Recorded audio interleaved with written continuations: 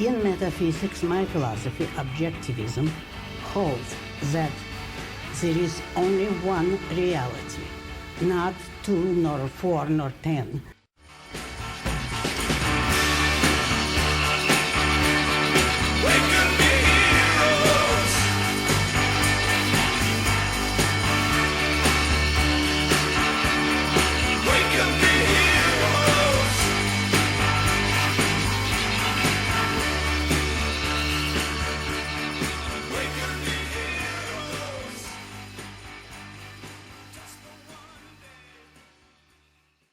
Hello, everyone, and welcome to Reality.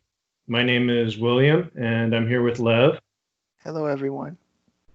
Today, we're going to be talking about the Epstein and Maxwell child abuse case, and also about child and teenager rights. If you haven't heard, which would be kind of unlikely, but Jeffrey Epstein was a financier who was arrested for soliciting children for prostitution. And his associate, Elaine Maxwell, is accused of helping him do that and enticing minors into prostitution. Now, we don't want to go too much into the case of this particular example. We just want to focus on the issue of the rights of children and how do we justify arresting and prosecuting people who have sex with underage children. So our focus is going to be on the teenager and childhood rights. And we want to go through some of the history of the age of consent and discuss our theories on what justifies locking adults up for having sex with minors. Do you want to add anything about that, Lev? I would clarify that, Epstein was charged with more than soliciting prostitution. He was convicted on actually sex trafficking and I believe sexual assault sometimes too. So it wasn't just the prostitution charges.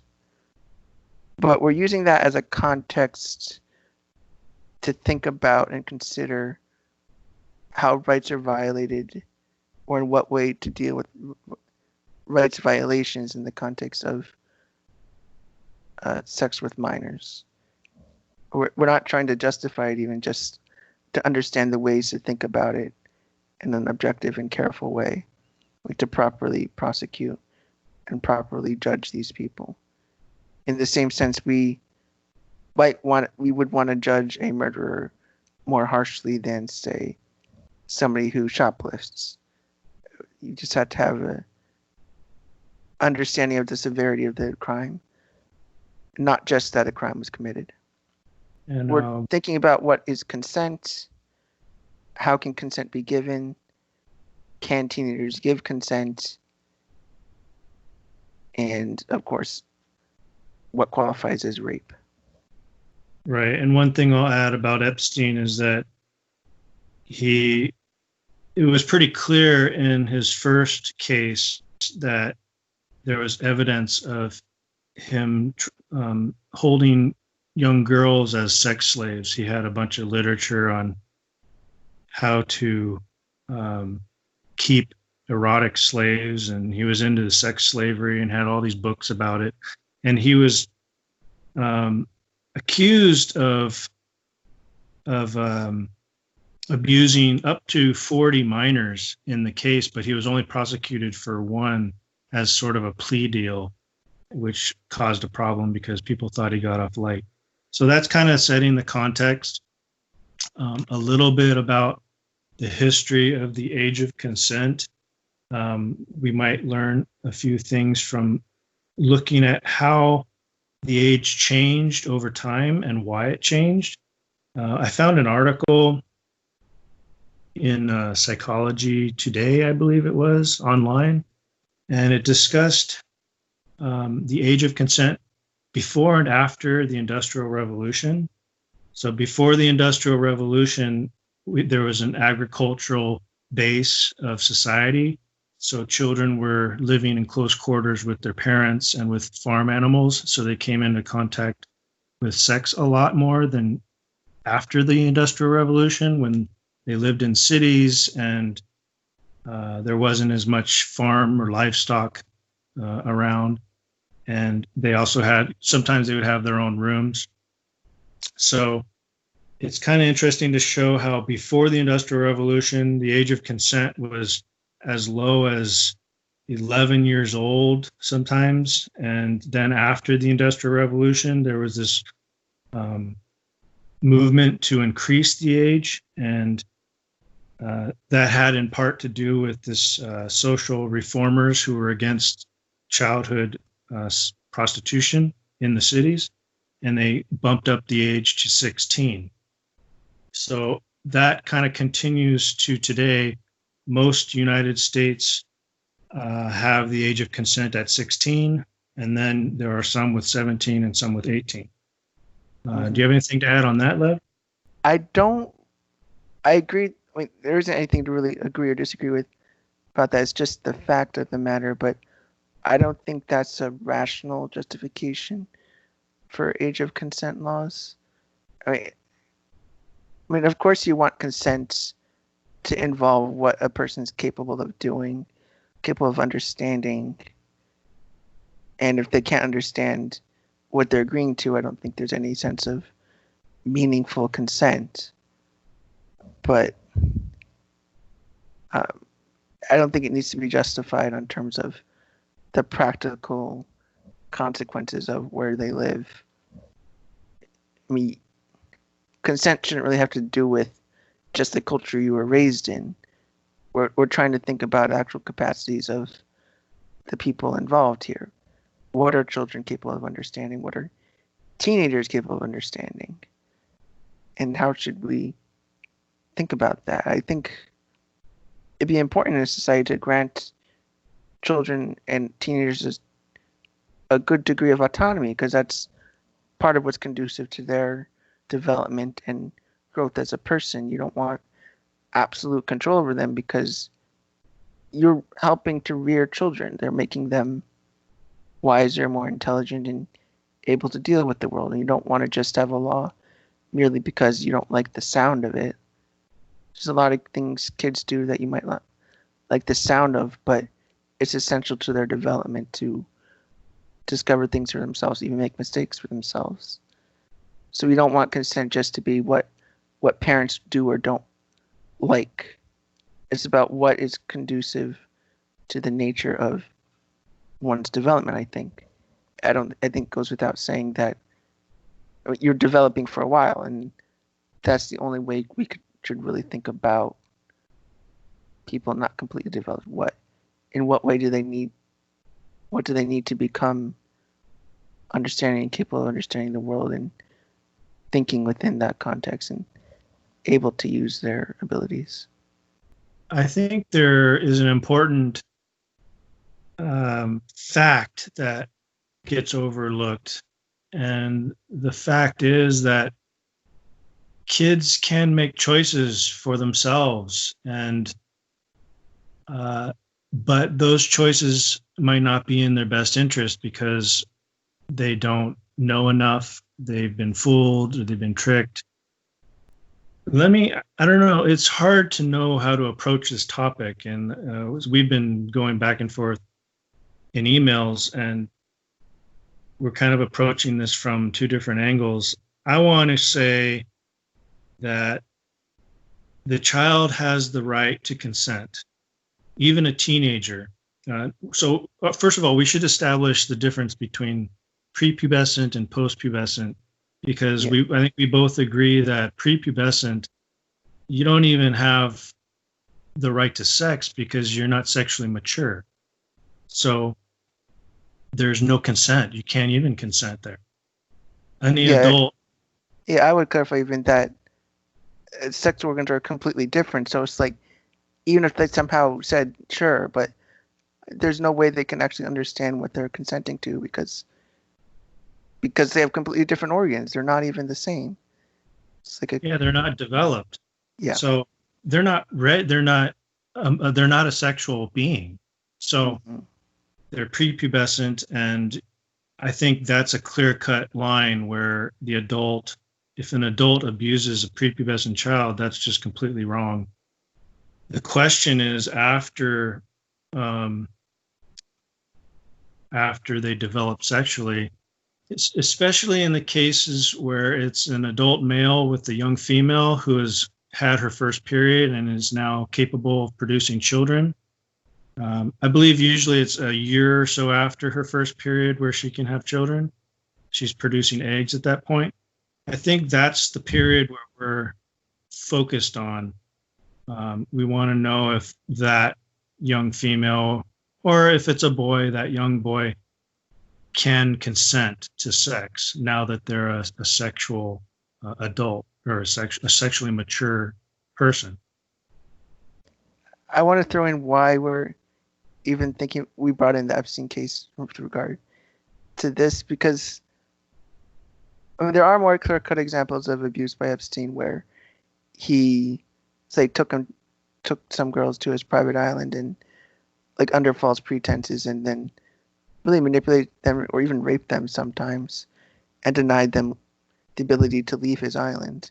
So I mean that was really clear-cut examples of abuse. But in other cases, where at his own home in Palm Beach, Florida, he would entice girls to come to his house. Like he would pay them to give him a massage, but he would often manipulate them to engage in sexual activity. It wasn't part of the agreement to begin with, so it wasn't just prostitution going on there. Like he had a pattern of manipulating girls to get them to at least implicitly agree without resistance too much to any of his advances. So we want to think, well, manipulation is wrong, but are they even capable of understanding? Or could they just have said no and that was that? Partly their responsibility to do so. We'd have to ask, well, in what ways can a teen consent? If we think about those girls going to Epstein's house, is every example of that going to be rape? Of the girls that say no and he's okay with it? Should we accuse him of doing something bad because they were able to use their mind and just say no, and he respected that? We have to ask, how is he abusing their rights, or whose rights are being violated in these cases? William, I know you were thinking that it was more than just violating the rights of the child.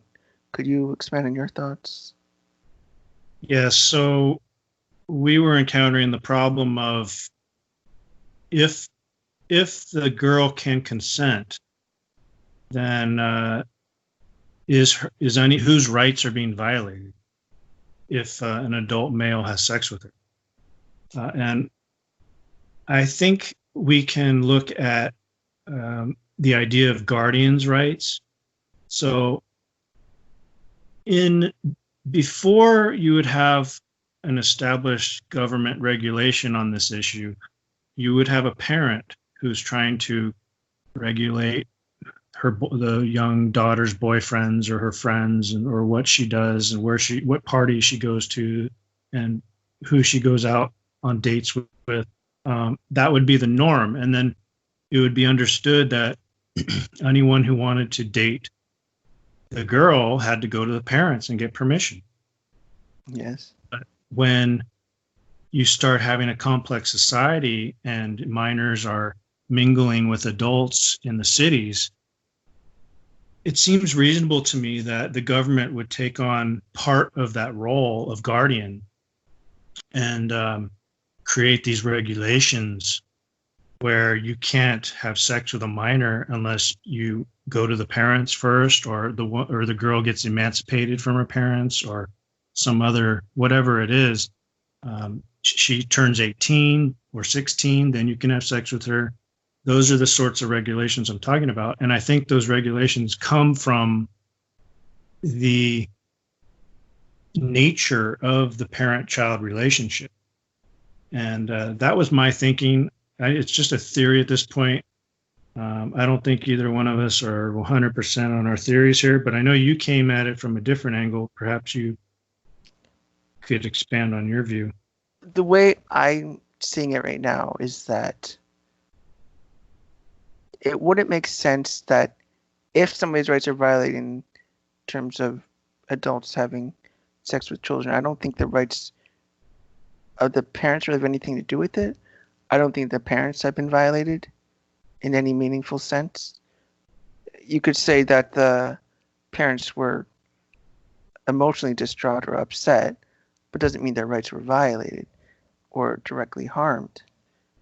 I think to put it another way, I think if a teenager is able to meaningfully consent to sex, it doesn't matter what age the adult is. If they consented, it's fine. The parent might be upset, but if you can give consent, it doesn't really matter. It's their right. And I think rights as like a caretaker for children should only apply if consent cannot be given to a certain thing. Like if an 8-year-old is unable to even consent to sex, then it's the parent is the one who can prevent or decide for the child what is or is not allowed. But I think once you can give consent, then that's that. The parent has no say. So you're saying that if the teenage girl goes behind the parent's back and has sex with an adult, she's violating someone's rights? Like what? No, what I is... don't think. Well, I think no violation has occurred in that case. If the teenager can meaningfully consent, and they did give that consent, then I don't think any right has been violated. Well, what you're saying sounds to be like, even if the teenager can consent, they also require the consent of the adult and of their guardian. And if they get the consent of the guardian as well, then it's okay. I'm just removing that extra step. Or what do we mean by consent? Because it seems to be falling on our definition of consent.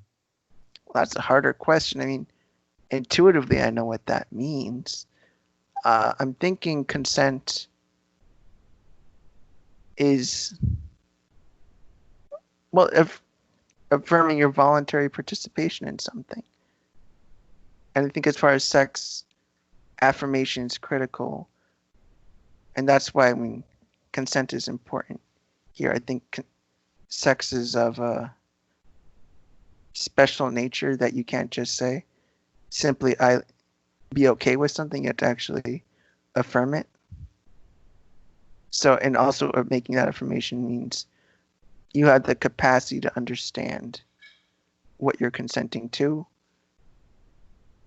and you have the capacity to actually engage in that thing they think they're consenting to.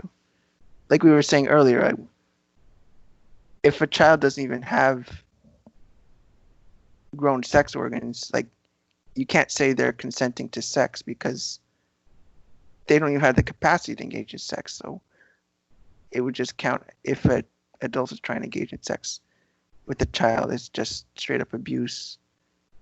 Consent, to me, I guess, is very similar to what you said. I think it's basically you agree to engage voluntarily in some interaction. And it's harder for me to say, to include a particular context in that. Like if you understand what sex is and you consent to have sex, then that's consent. I mean, it doesn't matter if you understand all the ramifications of it, all the risks, because then you could never consent to a lot of things because you don't understand all the various things that could happen. Right. So consent has to be limited to the act. Like you understand what the act is that you're consenting to. Mm-hmm.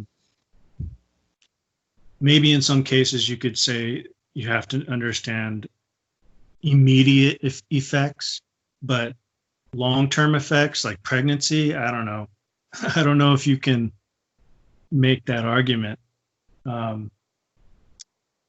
Or even like getting diseases. You can't be thinking of that all the time. So it's hard to say that a teenager can't consent to sex because she doesn't understand everything about the consequences of sex. So what I'm trying to get at is, are you saying that a teenager can consent to sex or not? I think they can in some ways. I haven't thought it through enough to say that they can absolutely consent in the same ways as a fully grown adult can. So, I mean, that brings me to another way of thinking about this. If we agree, as most people would, that adults can consent in sex, at what point do they attain that status of being able to consent to sex? We began with one line could be puberty, like prepubescent. That seems like a definable biological line with which you can define when consent cannot be given. But at what point, or what standard of measurement are you using to judge when somebody has become able to consent to sex? For example, why would it be okay for a 22-year-old to consent with sex with a 30-year-old, but not a 17-year-old or a 16-year-old? What's the difference between them? Right. That's the issue for me. And I think we've set an arbitrary age in 16, 17, 18. I think it's our attempt to figure out when they become an adult. And I think that's misguided. I think what really defines an adult is when they're independent from their family, from their parents. And we can try to define what that means. I think it means you have to at least be out of the home. You have to be setting up residence somewhere else. You have to be financially independent. Possibly not completely financially independent, but I think you at least have to be living on your own or with someone else. But I get what you're saying, but there has to be some separation in a familial way between you and your parents. I think that's demanding too high of a standard when it comes to being autonomous and having rights. I think that can lead to other problems as well. What qualifies exactly as being independent? Does independence only have to do with your family? I guess you could say that. You could just say that, but I don't see why in principle the government could also say, well, you don't earn enough to raise a child, or you don't earn enough to live in a certain way that I think is responsible, so I'm going to grant you fewer rights, which could just become like you having rights only has to do with how much money you make, and that's really problematic, and I don't think it logically goes to any correct conclusion that will run into some contradiction about what rights are supposed to be, at least if we think of rights as what an individual needs to function and survive within a society.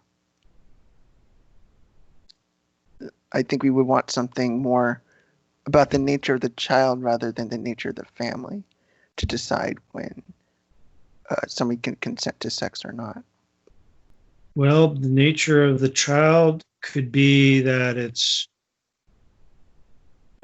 both independent in some way from the parents who have been responsible for it, but also its rational capacity could be developed to the point where it understands all the consequences, or, the primary consequences of sex, and maybe there needs to be some emancipation issued. So, the government essentially would wash its hands of the situation and say, all right, you're on your own. We're not going to save you from sex that you're not ready for. Mm-hmm. And then they could absolve the parents of any claims that might be made against them, if the daughter or the son goes off and does some bad thing, not related to sex, but like if an underage kid starts graffitiing the town or something, then you could hold the parents responsible for not, keeping the kid at home. Yeah, that could make sense. I always worry about the government being too controlling of what people can do, even children. Like, I always would want to give children as much autonomy as possible because it's conducive to their development. Development for anybody has a lot to do with what they engage with themselves. And that's one reason to respect the right to somebody, because it allows them to judge and understand the world on their own terms, regardless of how you may or may not agree with them, because it allows them to, live their life to a fuller degree and greater understanding of their own life. And I think it might be better to have looser age of consent laws, because I think young people are much better able to consent to things than we generally grant them, and except maybe special cases, say with mental disability, things like that might be exceptions. But I think on average, I would think of 15-year-old generally could understand the implications of sex. I mean, maybe not in the full sense, like you were saying before. Like, you can't always expect somebody to understand every little facet of a thing before they consent to it. There'll be some open-ended understanding there. A better question might be the power dynamic in the relationship. I think you brought up, say, like a 16-year-old versus, say, a 40-year-old man. Is there something different there going on than, say, a 22-year-old to a 16-year-old? Does that power dynamic create an undue or improper psychological understanding of the consent going on? It matters. I mean, we were discussing how all the facts matter, and especially in these borderline cases of rights, we need to look at each case individually and consider all the relevant facts. One thing that a lot of states do or did is they would have a close in age exception. So if, let's say, it was a 15-year-old girl and like a 19-year-old boy, technically the boy is an adult, but since they're close in age, they might give them just a warning or a misdemeanor instead of a felony charge. That sort of thing can be dealt with on a case-by-case basis, with the recognition that they're both pretty young and, close in age, and it's not really, it's most likely not some sort of manipulation going on or some abuse. It's just two young people in love and horny. So, that's basically how you could deal with something like that.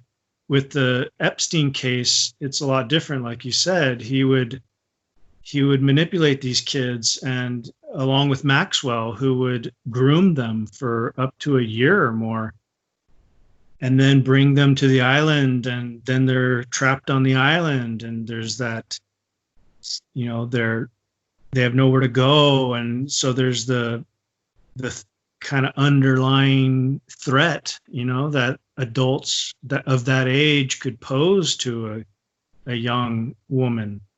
And that sort of thing has to be taken into consideration.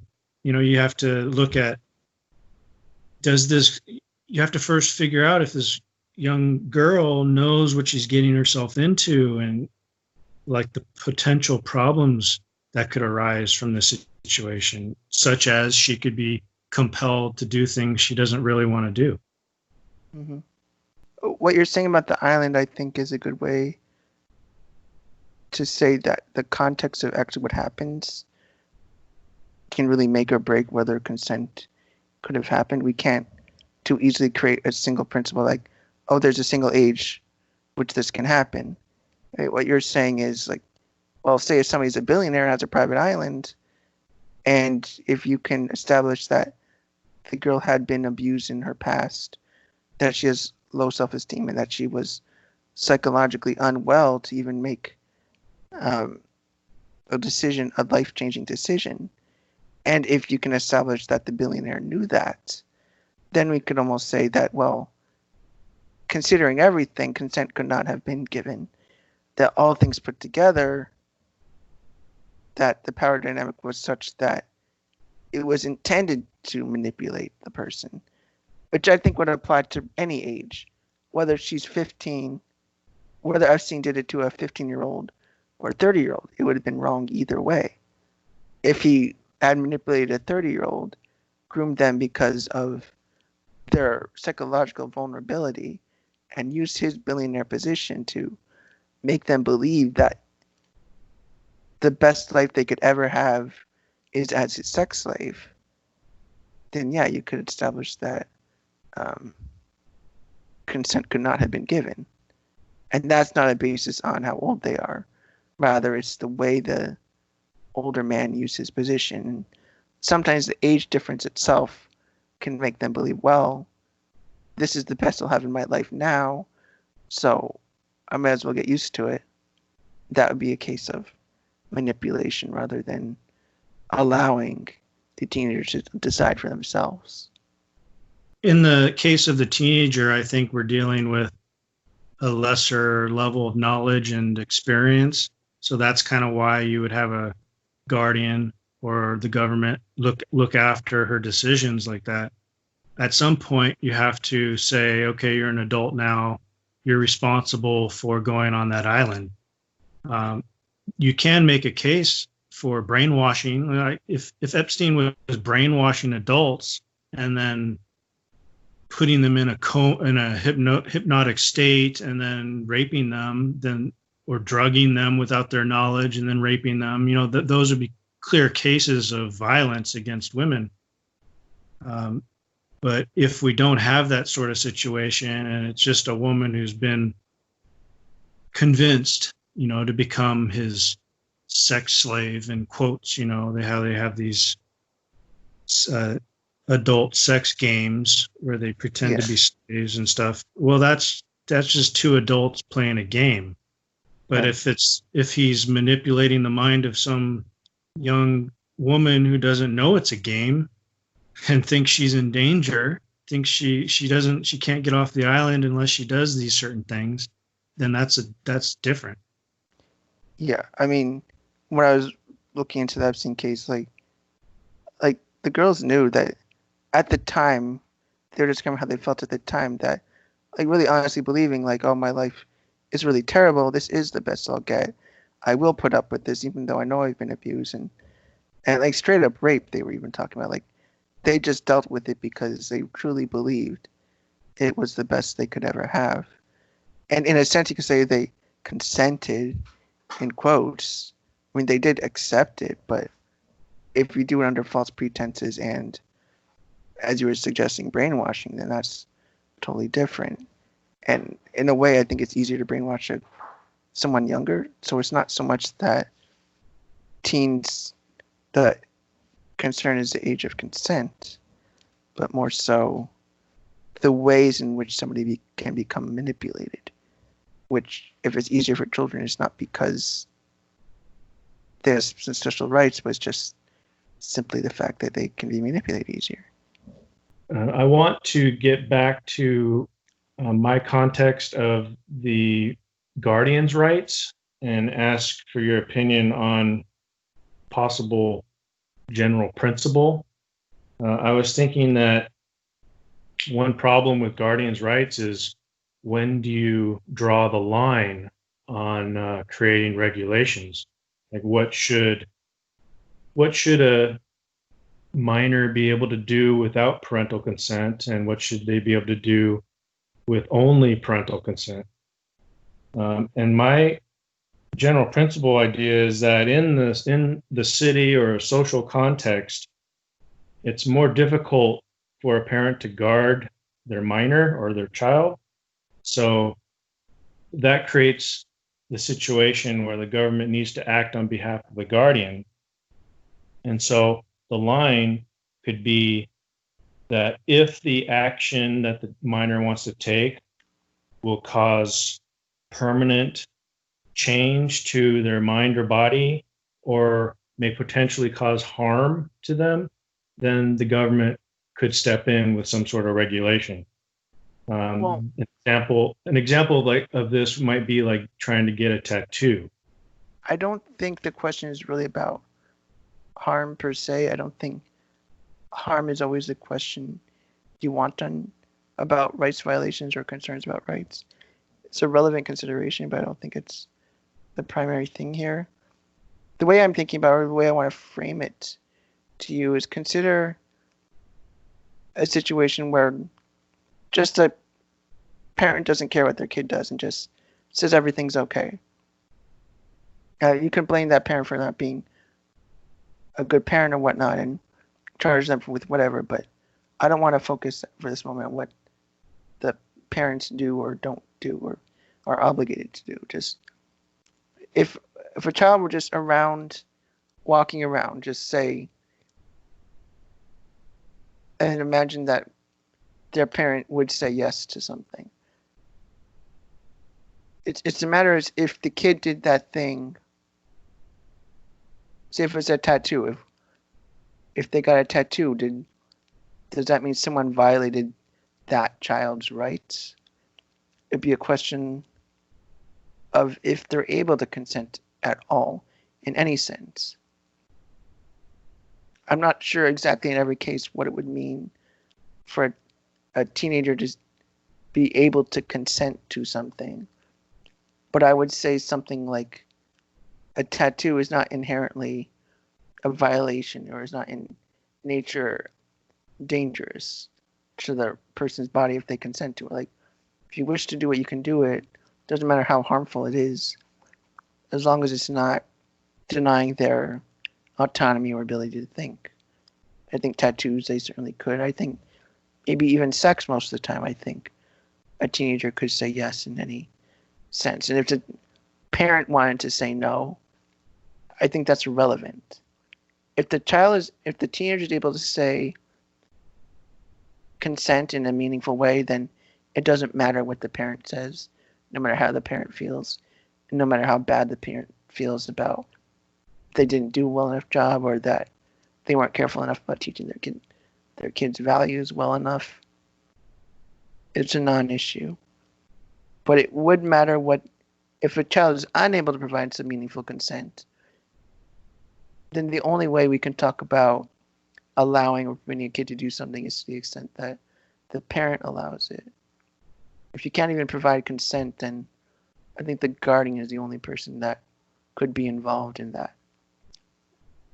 Like a guardian as in like a ward of the child's rights.